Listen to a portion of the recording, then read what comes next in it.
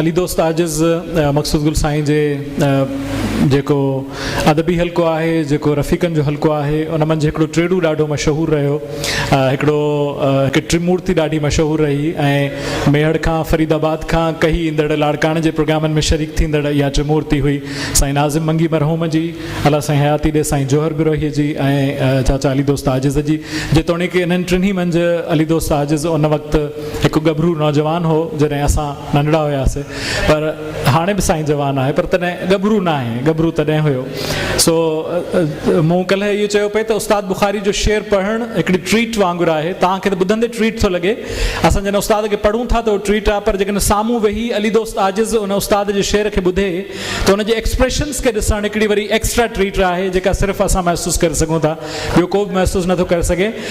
तारीफ़ तुंहिंजी मूं खां पूरी न थी सघी, बुखारी थो चए, तारीफ़ तुंहिंजी मूं खां पूरी न थी सघी, तोड़े जो पाण तो बि चयो थिए वधाउ आहे, उस्ताद खे पहाड़ न सम्झो जे सम्झो था, चोटीअ ते बर्फ़ आहे अंदर में उलाव आहे। अली दोस्त आजिज़।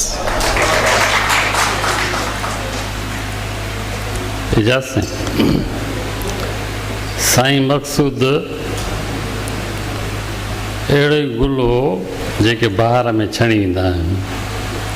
हीअ कंहिं सारा जे दामन में न, पर अहिड़ी ॿारीअ में फुटो हो जंहिंजी बाक़ाइदे परवरिश ऐं निगहबानी थींदी आहे, ज़ात जी तोड़े ॾात जी।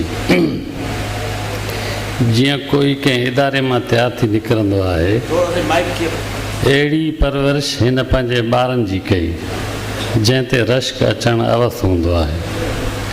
हिन जे बयात में शायदि ई एतिरा शेर हुजनि जेतिरियूं गुॾियूं घर जे अलमारियुनि में हिन सपना गुल लाइ गॾु करे रखियूं, जंहिंखे हू पछाड़ी ताईं गुॾी सॾींदो हो।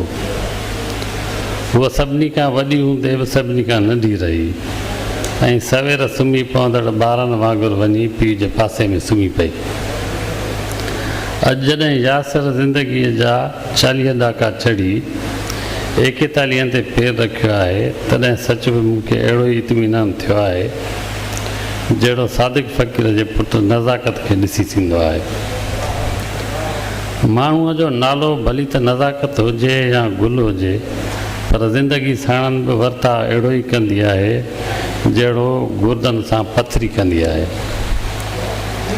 रंज जूं पथरियूं ॻोड़नि सां कॾहिं बि नथियूं ॻरनि, पंहिंजे हिसे जो ॾुख भोगणो ई थो पए।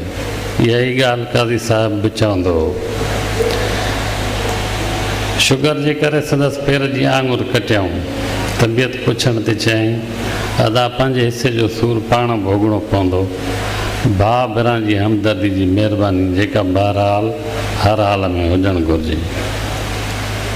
माण्हू वणनि वांगुरु छांगबो वॾबो विराइबो थो रहे, हथ करायूं आङुरियूं कपजी विया कां। हिकु दौर खां पोइ महकंदड़ ॿहकंदड़ गुल जो हाल बि अहिड़ो हो जहिड़ो कंहिं मुरझायल गुल जो हूंदो आहे। अख़्तर काज़ी, मुख़्तार घुमरे ऐं सरकस हिंदी खां पोइ तूं त उमावस में वएं विछड़ी तुंहिंजे लाइ, चांडोकीअ जो चाह खईं थो साण वतां। के मोहबतूं के ॾुख अंदर में ईअं रहिजी वेंदा आहिनि जीअं कंहिंजे जिस्म में बंदूक जो छिरो रहिजी वेंदो आहे, पर जिस्म हुनखे ईअं ढके छॾींदो आहे जहिड़ो की इहो बि कोई राज़ हुजे। हू पको पुख़्तो सिधो सादो ऐं सचो शाइर बि हुयो त माण्हू बि। हिन जा शेर ॻोरा न, पर हल्का ऐं वणंदड़ हुआ, रंगीन मच्छियुनि वांगुरु हलंदड़ फिरंदड़। उबते नओं को तारो जाॻियो, नंढड़ो बालक मुरकियो हूंदो, जंहिंमें तुंहिंजी यादि समायल दर्द छा त अनोखो हूंदो।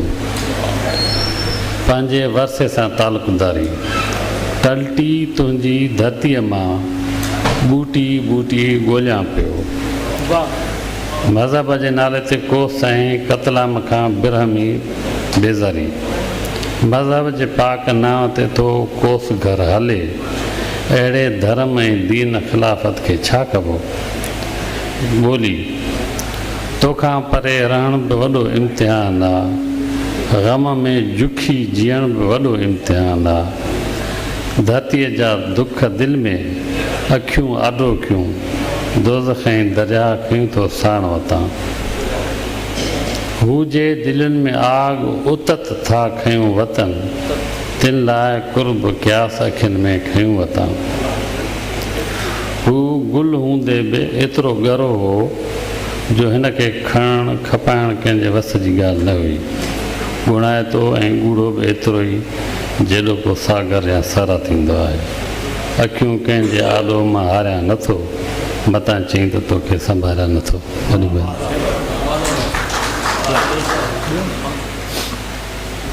अलाए छो अली दोस्त जो ही लेख ॿुधी मूंखे ईअं लॻो त बुखारीअ जो ही जेको गज़ल आहे इन जो हिन जा ॿ टे शेर जेके मां पढ़ां थो ॼण त इन जो ख़ुलासो आहिनि त कुल्फ़त कठी करण खां मोहबत रती चङी आहे, कूड़े किसे खणण खां हिकु सिट सची चङी आहे।